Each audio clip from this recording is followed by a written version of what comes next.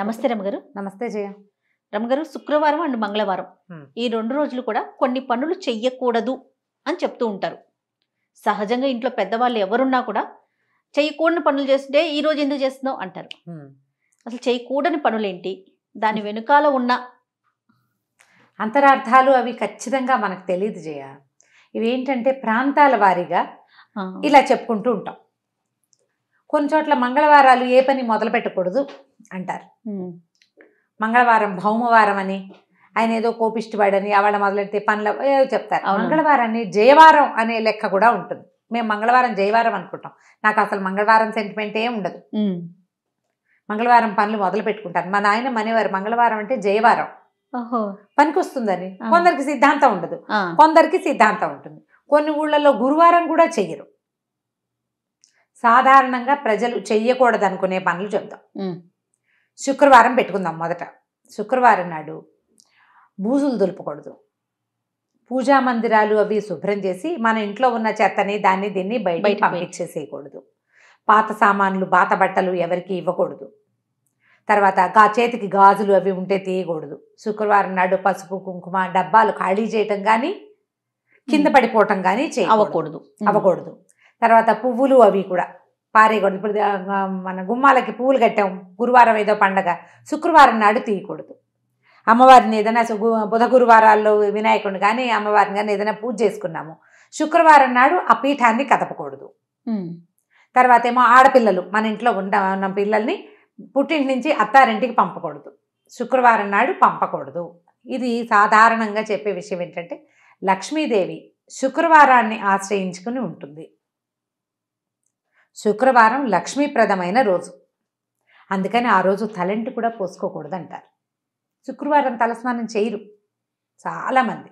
మనకు మామూలుగా తలస్నానం అంటే బుధ శనివారాలే నియమం. శుక్రవారం నాడు పొద్దున్నే నెత్తికి నూనె రాసుకుని ఆ నూనె వదిలించుకోవటము చేస్తే లక్ష్మీదేవి వదిలి వెళ్ళిపోతుందని భావిస్తారు. లక్ష్మీదేవికి శిరోభారం వస్తుందట. మొన్న ఎవరో చెప్పారు గురువారం నాడు కూడా వాళ్ళ ప్రాంతంలో గురువారం తలస్నానం చేస్తే లక్ష్మీదేవికి తలనొప్పి వస్తుంది. ఇప్పుడు లక్ష్మి అంటే ఒక మాతృస్వరూపం, ఒక అమ్మవారు, ఒక దైవ స్వరూపం.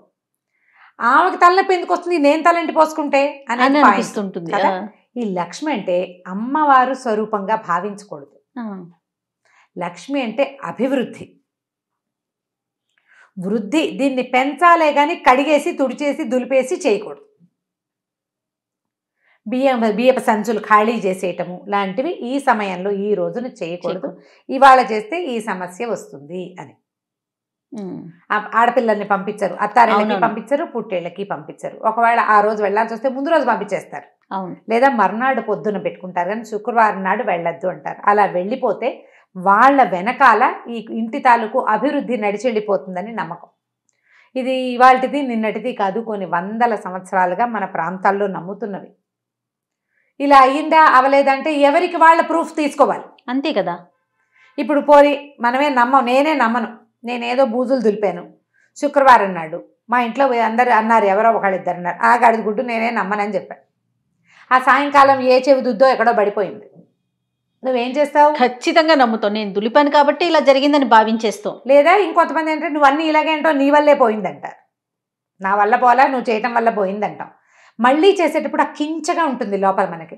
అమ్మో 2 నెలల క్రితం శుక్రవారం నాడు ఇల్లు దులిపితే చెవికమ్మ పోయింది, ఎంత కాదన్నా ఈ రోజుల్లో 10,000 రూపాయల వస్తువు, అంతేగా 10,000 ఏందే వస్తుందా చెవికమ్మ? రాదు. డబ్బు నష్టం కదా. దాన్ని మనం పూడ్చుకోవడానికి ఏం చేస్తాం, జాగ్రత్త, నెక్స్ట్ టైం చేయకుండా ఉంటాం, అంతే. అది మనకి అలవాటుగాను కొంతకాలానికి ఆచారంగాను పరిణమించేస్తుంది, అంతే కదా. ఇదే రకంగా మన ముందు కాలాల్లో జరిగి ఉండవచ్చు. అయితే దీనికి సైంటిఫిక్ రీజన్ లేదా ఏమనాలి, జ్యోతిష్యపరమైంది అలాంటిది ఏదైనా ఒకటి కావాలి అంటే మామూలుగా మనకి వారాలు ఉన్నాయి, ఆదివారం నుంచి శనివారం దాకా. ఆది సోమ మంగళ బుధ గురు శుక్రవారాలు, శుక్ర శని. వీటిలలో ఏంటంటే ఒక్కొక్క రోజుకి ఒక్కొక్క అధిపతి ఉంటాడు గ్రహాల రీత్యా. ఈ శుక్రవారము శుక్రుడు. దీనికి ఈ శుక్రగ్రహానికి మనం ఏం చేయాలి, ఏదైనా పూజించాలి, ఏదైనా తెచ్చుకోవాలి. ఆయనకి ఇష్టం అన్నమాట. పూజిస్తే పూజ అభివృద్ధి చెందుతుంది, ఏదైనా తెచ్చుకుంటే అభివృద్ధి చెందుతుంది. ఇచ్చినా పడేసినా దొరకదు మళ్ళీ, అవి రిపీటెడ్గా అవుతాయని చెప్తారు. ఓహో. ఆ గ్రహం తాలూకు ఇది ఉన్నప్పుడు ఆయన ప్రభావంలో మనం చేసిన పని ఏదైనా ఇబ్బడి ముబ్బడిగా అవుతుంది. ఇల్లంతా దులిపేసి చెత్త అంతా బయటపారేసావు, ఎప్పుడు నీ ఇంట్లో నుంచి బయటికే పోతూ ఉంటుంది. అలా కాకుండా నువ్వు ఏదైనా ఒక మంచిది తెచ్చుకున్నావు, ఎప్పుడు వస్తూనే ఉంటుంది. ఇదే పాయింట్. ఓకే. గ్రహాలను అనుసరించి ఈ విధానాన్ని అవలంబించేవాడు. మరి మంగళవారం ఏంటి రమ్మగారు? మంగళవారం కూడా ఇంచుమించుగా ఇలాంటిదే. మంగళవారము కుజుడు భూ సంబంధం, ఆయన భూమి పుత్రుడు. అవును. ఆయన కూడా ఏంటంటే ఆయన కొంచెం కోపిష్టివాడు, ఎర్రటివాడు, ఎర్రగా ఉంటాడు. ఆయనకి ఏంటంటే ప్రశాంతమైన వ్యవహారాలే కానీ పెద్ద పెద్ద వ్యవహారాలు అవి చేస్తే దురుసుగా అయిపోతుంది ఆ రోజున. ఆయన కోపిష్టివాడు కదా, కోపంగా ఉంటాడు. అందుకని కొన్ని ప్రాంతాల్లో ఈ మంగళవారాన్ని ఇట్లా నమ్ముతారనమాట. వాళ్ళు ఏదో మొదలు పెడితే తొందరపాటు పని కింద పరిణమించవచ్చు, అందుకు ఆ రోజు మొదలు పెట్టిపోకండి పనులు అంటారు. ఈ మంగళ శుక్రవారాల్లో హెయిర్ కట్ చేసుకోరు, గోళ్ళు తీయరు. మగవాళ్ళు హెయిర్ కట్, ఆడవాళ్ళు ఏముంది హెయిర్ కట్లు అనకూడదు కదా, క్షవరం చేయించుకోవటం, గడ్డం గీసుకోకుండా ఉండటం, గోల్డ్. ఎందుకంటే ఈ కట్ చేసేటప్పుడు ఏదైనా ప్రమాదం సంభవించే అవకాశాలు ఉన్నాయి కాబట్టి గోల్డ్ కత్తిరిస్తూ వేలు కదా కోసుకోవచ్చు, ఆ గోల్డ్ అక్కడ ఇక్కడ పడేసేయచ్చు ఇంట్లో. అలాంటివి అశుద్ధమైన వస్తువులు ఉంటే మనకి ఏదైనా ఇబ్బంది రావచ్చు. ఈ ఆలోచనలతోటే మనకి తొలి కాలం నుంచి వద్దనేవాళ్ళు. జ్ఞాపకంగా ఇప్పుడు వారం అంతా ఏవో చేస్తూనే ఉంటామా, ఓ 2 రోజులు చెయ్యొద్దు అంటే మనకే మంచిది కదా, అంతే, మనకి మంచిగా, అంతే. ఎందుకు మానేయాలి అని పోట్లాడద్దు, హాయిగా ఈ ఒక రోజైనా పని తప్పుతుందని సంతోషించండి. ఏమవుతుందని ప్రశ్నలు వద్దు, అంతే కదా రమ్మగారు, పెద్దవాళ్ళు పెట్టారు. కుశంకలు పడకూడదు. మనం ఈ రోజున ఇప్పుడు నీకు అత్యవసరం, నువ్వు ఇవాళ చేసి తీరాలి, లేకపోతే కుదరదు.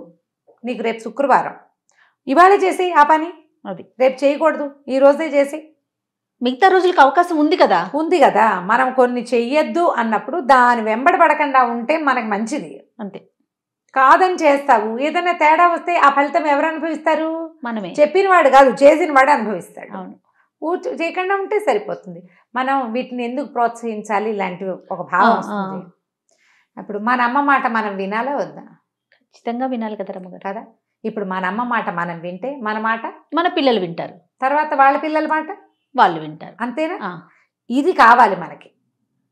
ఒక వద్దు అని చెప్పినప్పుడు, ఒక నిరోధం విధించినప్పుడు దాన్ని పాటించండి.